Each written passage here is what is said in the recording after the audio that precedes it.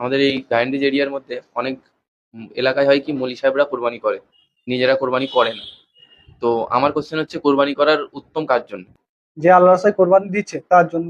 যদি কেউ কোনো মলি সাহেব করে তাই তো কোনো অসুবিধা নেই। কোনো অসুবিধা নেই, তবে যে কোরবানি দিচ্ছে তার জন্য করা উত্তম। এবারে তাকে করা উত্তম বটে, তাকে শিখতে হবে কিভাবে করতে হবে, যেন কোরবানি করতে গিয়ে কাউকে চোট না করে দেয়। বুঝতে পারলে?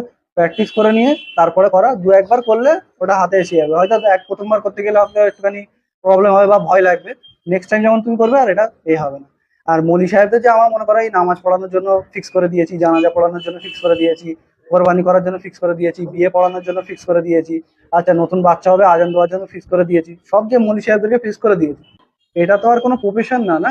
আর বুঝতে পারলে? এটা প্রত্যেকটা মুসলমানকে এমন হওয়া দরকার যে আজান দিতে পারে, যে নামাজ পড়াতে পারে, যে কোরবানি করতে পারে, যে বিয়ে পড়াতে পারে। বুঝতে পারলে? এগুলো আমরা যখন একজনের হাতে ছেড়ে দিয়েছি, তারা মনে করছে আমরা কি একটা মহান ব্যক্তি হয়ে